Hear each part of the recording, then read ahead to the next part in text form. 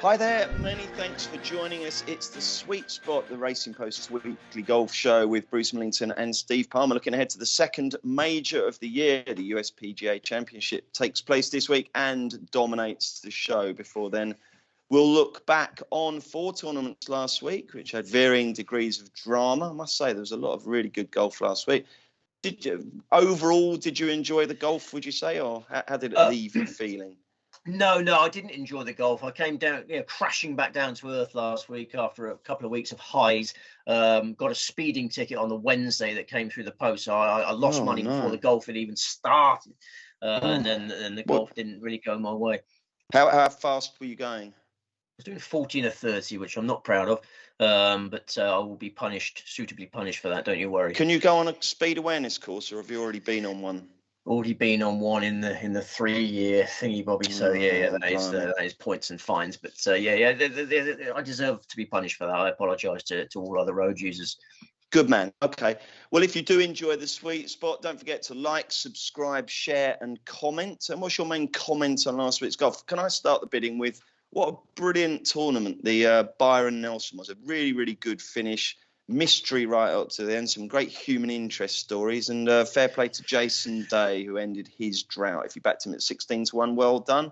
Jason Day, former world number 1, is back. I mean, tips aside, bets aside, thought it was a really excellent finish. Yeah. Jason Day, his second Byron Nelson victory, 13 years after his first one. His maiden PGA Tour title came in that event, and now he's got his 13th PGA Tour title in it. But no regrets from me, Bruce, because he's just not a player I back anymore due to his always got some fitness issue. I just can't trust him to retain his health. And he was talking a lot about vertigo in the lead up to that event. The vertigo is back haunting him, unfortunately. Shot an 80 in the final round of the Masters. So, difficult one to find. And no sort of price, really, 16-1. Fair enough. Okay. Nice scenes, though, with his family. They all look a lovely bunch, don't they? So that was interesting. I thought I liked the Eckroats as well, didn't you? Austin Eckroat was giving it a good go. And he had a massive entourage following him round with Amanda Balionis kind of orchestrating them like the Pied Piper. I thought he gave it a really good go, and he could be one for the future, couldn't he? Yeah, it was a heartwarming story all round. You're right. I mean, Jason Day's got a pregnant wife again, isn't he? I mean, goodness no, he's competing with Tony Finau for kids. He might have been double figures by the time he's finished. And then the Eckroats had a whale of a time. All good. But we're looking for winners, and we didn't get one there. Okay, and just very quickly, we often talk about headgear here, don't we, and our aversion to visors. What did you make of Marty Doe's hat? It was like one of those floppy things that a fielder would wear in the 80s, or maybe someone going to Glastonbury. Do you think that's a sign of a winner, or would question marks about him, do you think? It's a sign of weakness. I don't really see it. He doesn't look like a champion. A bit like Tapio Paul Cannon on the DP World Tour. He wears a silly sort of pork pie hat. And if you don't take yourself seriously, why should we take you seriously? That's the way I look at these things. Fair enough. Okay, we'll spin through. There's the Soudal Open. You did well to find Simon Forstrom over at about 125-1. And he was a new name to me. Burst through, gutsed it out, took advantage of Detri's feeble final round. But there was a clue about him when he took his hat off. There wasn't much underneath there, was there? So I was thinking, is this like a young gun? But he's actually fairly well into his career. So is that a one-off, do you think, or could we see a bit more of him? That's a journeyman who hasn't done much in his career, as you say, but he did have one previous decent victory, and that was in Belgium. His win on the Challenge Tour came in Belgium. So for something about Belgium that brings out the best in him, but he's obviously a hugely difficult one to find. I was just pleased that Jens Dantorp didn't win. We've had him a lot on those sort of courses, accurate tight tree line tracks. I was so relieved that Jens Dantorp didn't win 150-1, but difficult one to find there. Not difficult to find. Regions Traditions, the favourite Steve Stricker won that very impressively, and the other tournament was LIV Tulsa, and I'm sure the LIV organisers enjoyed this one because not only did they get some social media gold with Chase Koepka scoring an ace at one of those par threes, which they turn into like the 16th at Phoenix with, grandstands all around the place and everyone was chucking beer on and whooping. God, they do love to whoop, Americans. They love that. But they also got a really high quality playoff with Dustin Johnson, Cameron Smith, both coming back to form, and Brandon Grace. And it was DJ who got it done at the first extra hole. So probably a week which the LIV organisers will give themselves a pat on the back if they've got long arms. Yeah, and we should be giving ourselves a punch in the face in contrast. Oh, blimey, why? Yeah, well, it all comes down to ability, didn't it? I got too wrapped up in form last week. You always put ability over form. And, the two best players come out of, their sort of mini slumps. Dustin Johnson and Cameron Smith. LIV Golf used to be all about those two players. And there they were in the playoff there. So, if they're back to their best, then we could see Dustin Johnson, Cameron Smith, dominating that circuit again. I don't advocate punching yourself in the face over the outcome of a golf tournament, Steve. But I was pretty angry with myself last week, but I've dusted myself down, and I'm feeling pretty positive about this week. Right, let's look ahead then. As we say, it's the second major of the year, the US PGA. It starts on Thursday, and I will give you some indicative market prices. I'm sure the bookmakers are pushing the boat out in terms of extra places. Scotty Scheffler and John Rahm are joint favourites at 15-2. Rory McIlroy 12, Xander Schauffele 18, Patrick Cantlay 18, Brooks Koepka 20, Tony Finau 2, 25 bar. All sorts of weird and wonderful names down the bottom. I noticed someone called Kenny Pigman. That was quite intriguing. But there's obviously all the good ones have turned up. Tell us all about the venue, Steve, before we get your fancies. Sounds like a superhero, doesn't he? Pigman. Kenny Pigman, yeah. We'll be cheering him on this week. But we're at the East Course, Oak Hill Country Club, Pittsford, Rochester, New York, 7,394 yards past 70. Only 2 par 5s, 156 players going to post, on a course that is nothing like it was when we last saw it. You probably remember this one. 2013 US PGA at Oak Hill. We backed Jason Duffner to win that 40-1. Do you remember? We watched a round of that golf tournament in a public house in Surrey. I can't remember the name of the public house. The White Lion. The White Lion. They were joyous days, and well, they were the days, weren't they? Because I remember going in the betting shop on the Monday morning, a Ladbroke shop on the Monday morning, getting a brown envelope of money after Duffner had won, and I was going to ask you this: do brown envelopes even exist anymore? You can buy brown envelopes, yeah. but in the betting shop, they won't be doing that anymore. It'll all be cards, won't it? Your fancy cards. Yeah. I'm sure.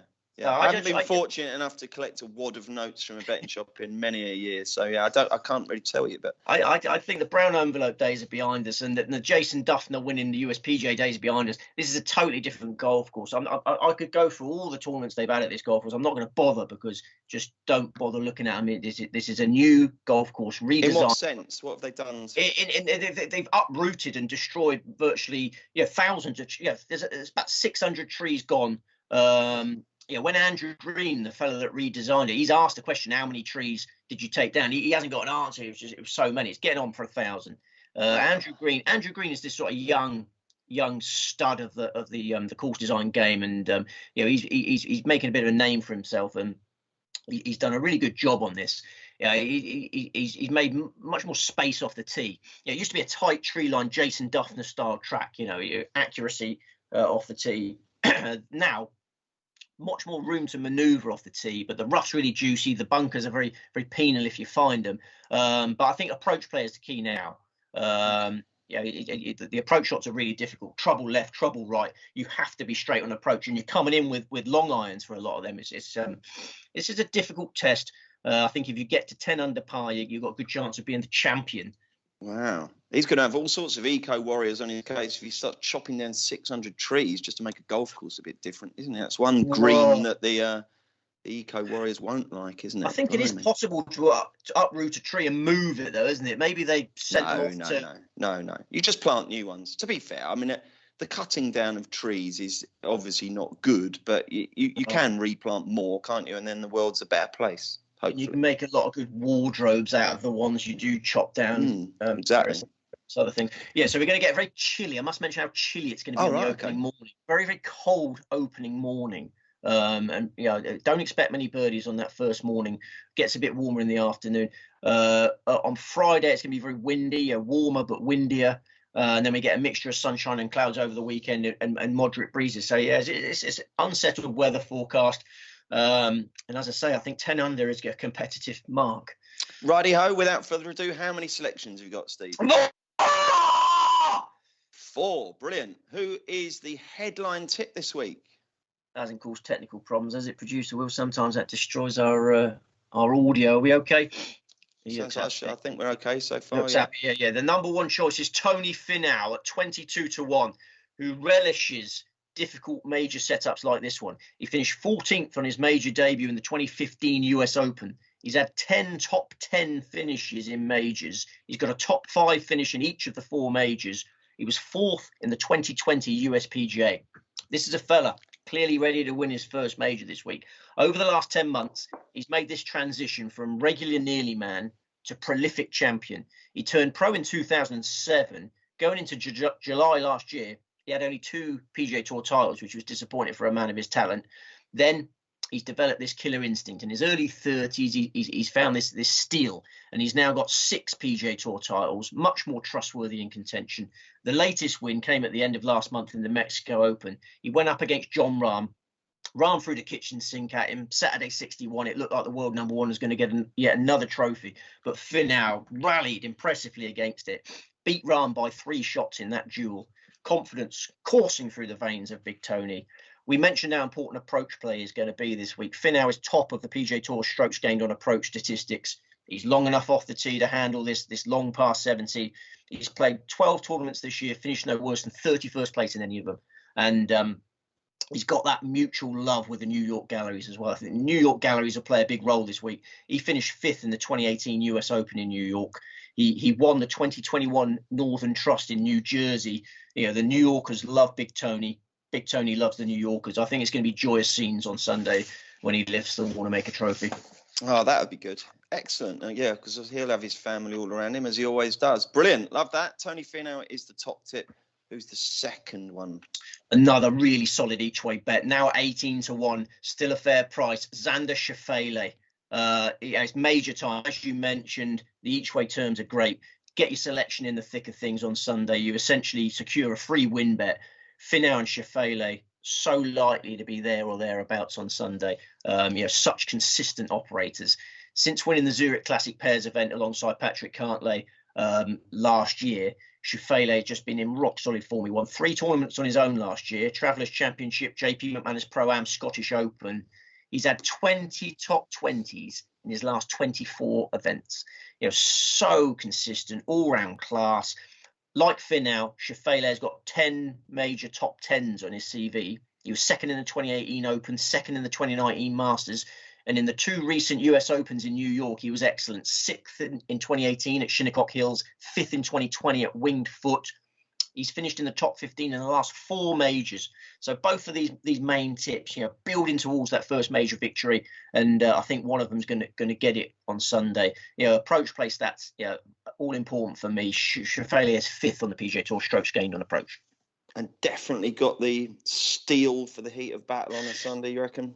I think so. I mean, my plan with these 2 players is to, I feel so confident. I know you sneered a little bit when I said, what did I say? They're definitely going to be, get a free win bill over. Maybe let's go. It's more of a wince because I know, in all the years I've been, working in and around betting, and people talk about horses and golf. Each way bet to nothing, can't be out the frame. I always just think of Kevin Pullein. The worst thing that can happen is the worst thing that can happen. Yeah, you're right. There's no such thing as a free lunch, but I just think we can get these guys in the top 12 and then take our chances from there.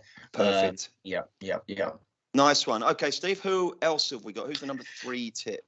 2 from the top, 2 from the bottom, and the third selection is Gary Woodland, 80-1 now. Annoying early money, but 80-1 still more than fair, because this guy getting his game back in the sort of shape which saw him win the 2019 US Open at Pebble Beach. You remember that one? Very much so. And Woodland's had loads of injury issues since then, mainly a bad hip.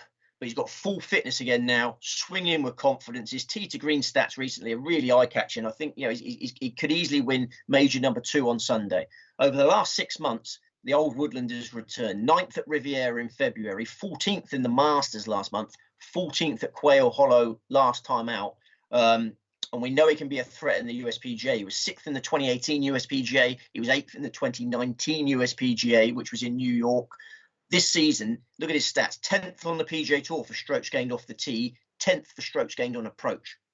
if we can find some improvement on and around the greens, we got a massive runner at a big price.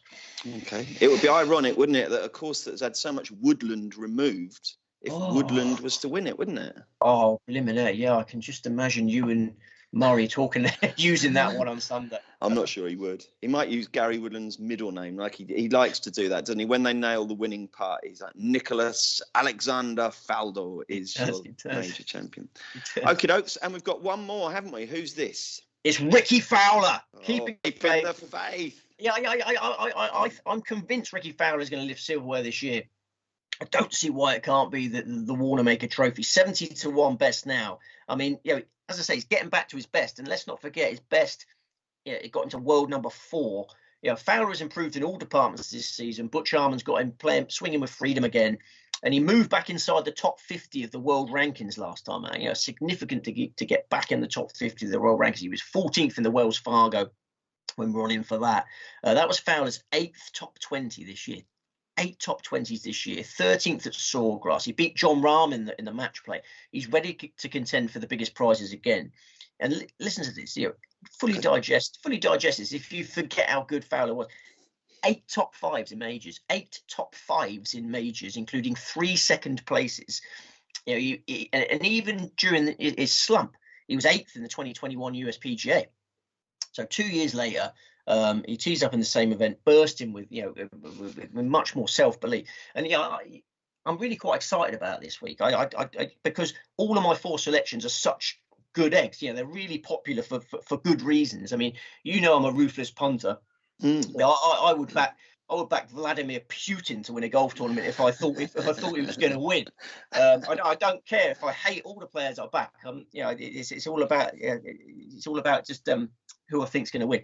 And I've just got really lucky this week. But it's a bonus if you like them, isn't it? Yeah. Yeah, it's an added layer of joy, isn't it? So these are 4 great guys, and they're 4 great bets. Brilliant. I do wish he'd get rid of that moustache. I'm not a fan of that. It makes him look a bit like Leonardo DiCaprio, which is no bad thing, obviously. But I'm not a fan of that moustache, the little droopy bits. But anyway, good luck with Putin. I missed something. No. Yeah, you might as well get a moustache the way he's conducting himself.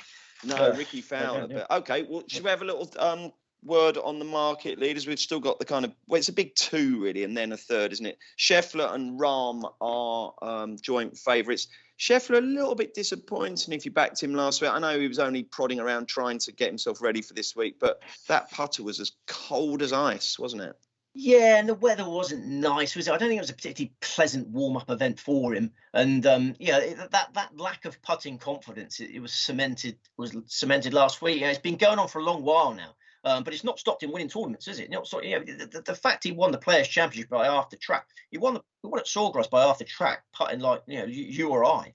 There's more than one way to skin a cat. He could just stiff all his approaches and the putter's irrelevant. He's hitting his ball so well. But you don't want to take short odds about that happening. I had no interest in 15-2.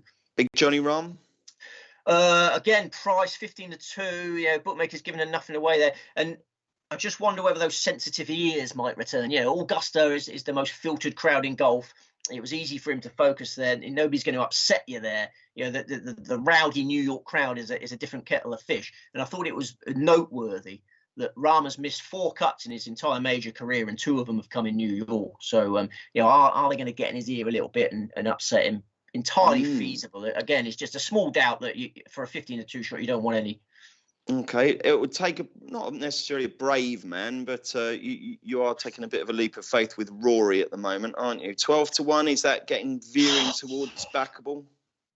It's just the ultimate conundrum this week, isn't it? There are lots of positives, there are lots of negatives.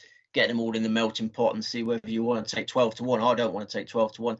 Fantastic USPGA record. Knows the course better than most of the runners this week. He's an Oak Hill member. His wife is from Rochester. He's had a few scouting missions since these redesign. But the Masters, the Augusta Gutbuster is one of the biggest gutbusters of his career. It was an awful performance. Next time out at Quail Hollow, made loads of course management errors. I think he's difficult to trust mentally at the moment. I know that's a bit rich coming from me. I can never be trusted. We don't have to bet on you, though, Steve. You don't have to bet on me. You can't trust me mentally at any time. But I just think McIlroy's not quite, he's not quite there at the moment, is he? Okay. Who was last off the list? Let me get the short list. Yeah, that'd be very easy. It wasn't a long list. It wasn't a long list, I'll have you know. And last off the list was Max Homer. Max Homer, who's showing signs of a return to form. And his old majors record is appalling, but he's a different man now, isn't he? So there's I'm very happy with my 4. I'm not going to beat myself. I'm not going to beat myself up if Homer wins. I'm really happy with my strategy of these 4, hearty investments, each way investments on these. Jolly good. And tell us what's coming up in the Racing Post tomorrow. It's a bumper package, no doubt, isn't it? There will be all sorts, and I've got 3 tops and special selections for you now. If you like, we like to treat sweet spot listeners to a few, don't we? I'll be having a first round leader tip at some point in the Racing Post this week, because I'm waiting for the tee times on that. I think the afternoon starters on the first day will have a big advantage because it's so cold in the morning. And the ball won't be travelling at all. So, would you like a few little specials tips? Well, give me 2. Don't spoil the stuff that's in the Racing Post as well. Give us a couple, eh? Or... I'll give you 2. Yeah. Taylor Moore for top debutants is one I like at 9-1. Really solid all rounder in consistent form. 6 top 20s this season. Form figures from his last 6 tournaments: 39, 35, 1, 39, 11, 27. Made his PGA Tour breakthrough in the Valspar Championship on a difficult track 2 months ago. I think he looks by far the most solid of the debutants. And then the other one, disappointing Sunday for him, but Podrick Harrington for top senior at 15-8. Yeah, we were cheering him on in the Regions Tradition last week. He bogeyed the first hole, Stricker birdied the first 3 holes, and suddenly it was game over. Must be disheartening for him. But Harrington's form generally this season on the DP World Tour and the PGA Tour is really solid. And Stricker's not in the event. Phil Mickelson is the favourite. That Masters effort from Phil Mickelson came out of nowhere. He's playing rubbish before. He's been playing rubbish since. I think he'll get a hard time off the crowd. I don't think the New Yorkers are going to give the Liv boys much of a welcome, to put it mildly. And I think Harrington's playing more consistent golf. Wonderful. Okay, let's quickly reiterate your 4 fancies for the USPGA. Tony Finau, Xander Schauffele, Gary Woodland, and Ricky Fowler. Brilliant. Many thanks, Steve. You just devoting yourself to golf this week, or have you got any other nice, pleasant distractions? I'm devoting myself to golf and getting my body back in some sort of order. I can hardly move at the moment. The wife asked me to trim her bush the other day. And that involved getting a chainsaw in all sorts of strange positions. And I genuinely can hardly walk now. Just really smashing the ibuprofens. The bush looks lovely, but I am crippled as a result. I would not let you anywhere near a chainsaw, Steve. I've got to say, I don't want to besmirch you, but I mean that sounds like a recipe for disaster. You're pleased with it, were you? I'm pleased with the bush, yeah. But you're right. There's a few hairy moments where the wire was. Oh my goodness! Yeah. I'm just glad you got 4 limbs. Blimey. I had 18 at the Belfry. It was the Ed Chamberlain Golf DSM. Oh yes, tell me how that went. So difficult. Honestly, it was impossible. It really was. The rough was up. The pin positions were awful. I mean, I was obviously terrible, but yeah, no. Who took the trophy? Do we know who took the trophy? Who did? I think it was the racehorse owner Steve Parkin from Clipper Logistics. I think his team won it. So fair play to them. Many congratulations to them. But it was a lovely day. It was always good. Ed hosts it so well. So yeah, no, it was very nice to see some old faces there. So that was pleasant. Yeah, he did a lot of good work for charity. And Tommy Tiger had a good party, by the way. His 4th birthday. Good. Yeah, that went very well. The old inflatable lightsabers and their attacking. Did he like his snooker cue? Yeah. Delighted with that. Yeah. Did you wrap it up so it was? I love those presents that are obvious what they are. Did you wrap it up tightly so it was just obvious it was a snooker cue? To a 4-year-old, nothing is obvious. He still had a sense of shock. Yeah. I mean, it took him about 10 minutes to open it because I'd wrapped it too tight. But he was delighted with that and the party was a riot. I had a couple of it was at a garden centre where I could have a couple of bottles of ale just to get me through it. They're so intense, aren't they, children? I managed to. Yeah, was there a bouncy castle? I just find the sight of children bouncing around together on a bouncy castle, I think they're one of the most dangerous things in the game. I really do. There were no fatalities, thank goodness. I just felt very old, though, Bruce. I felt very old. I don't want to get all wistful, but there was a 24-year-old dad who had 2 kids. 24. He said he wanted to have kids when he had lots of energy, when he was young. And very wise. Very wise. Yeah, I mean, you'd back him for the parents' race at the school sports day, wouldn't you? He's got 20 years on you. He has exactly 20 years. And I was nodding at him, and he didn't realise it. I was 20 years older than him. But funny old game, isn't it? It certainly is. Sorry, go on. That's no, right. No, I think that's about it. Are you back next week? Yes, wouldn't miss it for the world. It's a quadruple header. Oh, it's a quadruple. I've got the Charles Schwab Challenge, the Dutch Open, and the LIV DC. What else have we got? Senior PGA Championship, with all due respect. Is it really? Blimey. Yeah. Well, I'm afraid it won't be me. It will be Steve and Reeve next week. I'm away. Okay, Superman, mate. I call him Superman. Yeah, you should. He is a Superman. Reeves, the character, Christopher Reeve. I think if Jack Reeve was a superhero, he'd be lovely, man, wouldn't he? He's just so pleasant and nice. Really, I think you're talking about Ed Chamberlain. I think he's sort of like a young Ed Chamberlain. I could see him sort of. I don't want him to leave our company, but he could eventually take over from Ed Chamberlain. Can you? They're of a similar ilk. You're trying to say he's miles better than me presenting the sweet spot. He's a smooth operator. I'm not sure. Oh, he's brilliant. He's brilliant. So, yes, do join Steve and Reeve next week for another sweet spot. In the meantime, good luck with your US PGA tips, Steve. Good luck with whoever you're backing. Thank you very much to producer Will Carey. Back next week for another sweet spot.